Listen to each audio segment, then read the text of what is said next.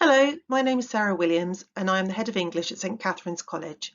During this presentation, I'm going to explain what the English language and English literature GCSE papers contain and how students can revise for these exams.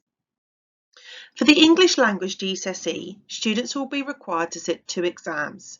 The first exam, or component 1, is often referred to as the fiction paper. Students will be expected to answer 5 questions on a fictional extract and then write their own complete story in 45 minutes. For the second exam, or component 2, often referred to as the non-fiction paper, students will be required to answer 6 questions on a 19th century extract and a 21st century extract. They will then need to write 2 non-fiction responses. In this section of the paper, students could be asked to write 2 of the following: a letter, a leaflet, a review, a report, a speech, or an article. On this slide, you can see an example of the reading paper on the left. For the first question, students need to find and select 5 answers from the short story provided. For the second question, they need to analyse at least 3 quotes. And for questions 3 to 5, students need to select and analyse at least 4 quotes or more in order to achieve a pass grade. On the right is an example of a narrative writing question. In order to help students prepare for this question, they will pre-prepare in lessons at least 3 short stories that can be adapted in the exam according to the titles that have been provided by the exam board. In order to revise for the component 1 paper, we would recommend that students regularly read as much as possible. Reading regularly helps to expand students' vocabulary, helps to understand the writer's use of language and techniques, as well as help to generate ideas for their own writing. The BBC run a 500-word story competition every year and publish a number of short stories on the internet that students may find useful for this. In addition to reading stories, students can redraft and practice writing their own pre-planned stories from their English lessons. Finally, there are a number of websites, such as a website from Bristol University and a website called Grammar Bites, which contains clear explanations of grammar and punctuation rules. They also contain short multiple choice quizzes, which will also help improve students' spelling and grammar. So moving on to the component 2 paper. On the left, you can see an example of the reading questions for the component 2 paper. The first 2 questions are based on the 20th century text, the next 2 questions are based on the 19th century text, and the final 2 questions require students to compare both texts together. On the right is an example of 2 non-fiction writing questions that students would be expected to answer.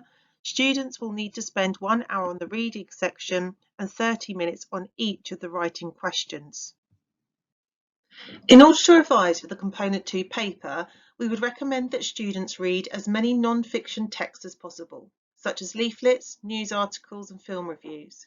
Students can also practice writing a response to exam questions in 30 minutes. In addition to this, there are a number of websites that can support students, such as BBC Bitesize, Common Lit, which is a website students currently use for their homework, and there are a number of playlists on YouTube which explain how to tackle an EduCast GCSE exam paper.